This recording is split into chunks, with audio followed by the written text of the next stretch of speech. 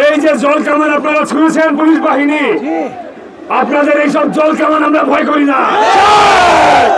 তুমি কে আমি কে, তুমি কে আমি কে।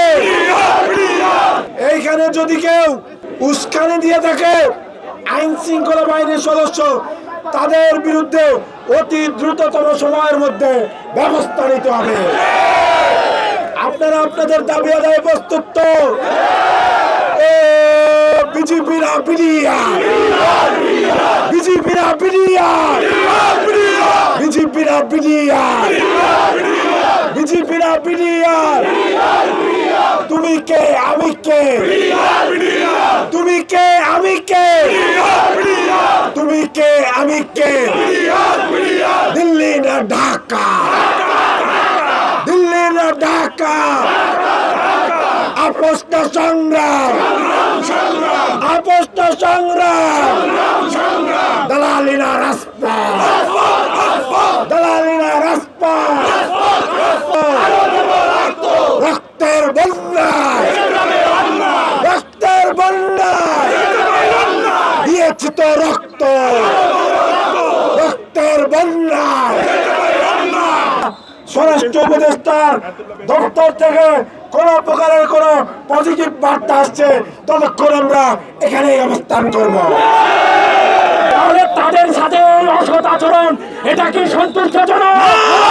পুলিশ ভাইরা, আপনাদের সামনে প্রশিক্ষিত বিডিআর সদস্যরা অবস্থান করছে।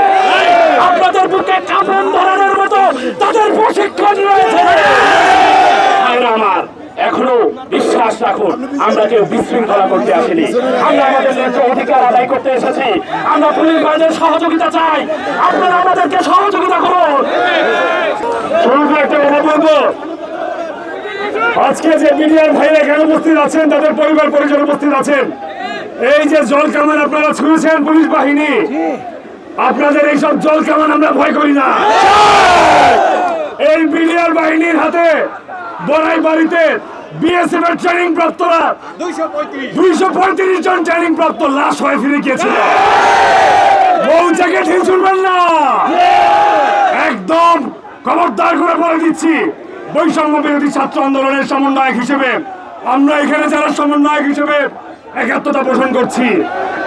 আমাদের সাথে এই পুলিশ লীগের সাথে একসময় যুদ্ধ হয়েছিল, কিন্তু সাবধান হুঁশিয়ার করে দিচ্ছি, আর একটিবার নিরাপরাধ বিডিআর সদস্য যারা এখানে আছেন, উস্কানি ছাড়া কোনোভাবে যদি আপনারা আমাদের উপর আঘাত করেন, আমরা আবারও কিন্তু ঘুরছে উঠবো। প্রশিক্ষিত বিডিআর ভাইরা, আপনারা এখানে যারা আছেন সদস্যবৃন্দ এবং তাদের পরিবার পরিজনবৃন্দ, আপনারা অনেকদিন যাবত বিচারের শিকার হয়ে ন্যায় বিচারের লক্ষ্যে 6টি দফা 8টি দফা দাবি নিয়ে এখানে আসছেন। আমাদের নতুন বাংলাদেশ 2.0 কাছ থেকে প্রত্যাশা একটি, আপনারা অনতিবিলম্বে এই দাবিগুলো মেনে নিয়ে আপনারা শান্তিপূর্ণভাবে যার যার বাসগৃহে ফিরে যাবেন। কিন্তু কেউ যদি স্বরাষ্ট্র মন্ত্রণালয় থেকে, উপদেষ্টা থেকে কেউ যদি এর এগেইনস্টে ন্যূনতম ষড়যন্ত্র করার চেষ্টা করে, সেই কারণে আমরা ভেঙে দিব। আমরা এখানে উপস্থিত হয়েছি, শান্তিপূর্ণভাবে অবস্থান করছি। কেউ কোনো ধরনের উস্কানিমূলক বক্তব্য দিচ্ছি না, দিব না। সবাই এক্ষেত্রে একাত্ম। আমাদের 6টি দফা দাবি রয়েছে, পরবর্তীতে 8টি দফা দাবি করেছি শহীদ পরিবারদের দিকে সম্মান রেখে। কিন্তু পুলিশ বাহিনী আজকে যে ন্যাক্কারজনক ঘটনাটি ঘটিয়েছেন, আপনারা জল কামান নিক্ষেপ করে মৌচাকে আপনারা ঢিল ছুঁড়েছেন। আর একটিবার যদি পুনরাবৃত্তি ঘটে, আমরা কিন্তু সচিবালয়ের অভ্যন্তরে ঢুকতে বাধ্য হব। কাজেই জানিয়ে দিচ্ছি, শান্তিপূর্ণ আছি, শান্তিপূর্ণভাবে থাকতে দিন। অশান্তি যদি আপনারা সৃষ্টি করেন, তাহলে আমরাও কিন্তু দেখিয়ে দিতে জানি। আমরা দেখিয়ে দিয়েছি ফ্যাসিস্ট সরকারকে, শেখ হাসিনাকে টেনে নামিয়েছি। আপনারা আমাদেরকে আর বাধ্য করবেন না। কাজেই সকলের দৃষ্টিতে, সকলের দিকে বিশেষ আহ্বান রেখে এতটুকুই বলবো, শান্তিপূর্ণ আন্দোলনে আমরা শান্তিপূর্ণভাবে অবস্থান করছি। যতক্ষণ না পর্যন্ত আমরা কোনো আশ্বস্ত পাই, ততক্ষণ পর্যন্ত আমরা এখানে অবস্থান করবো।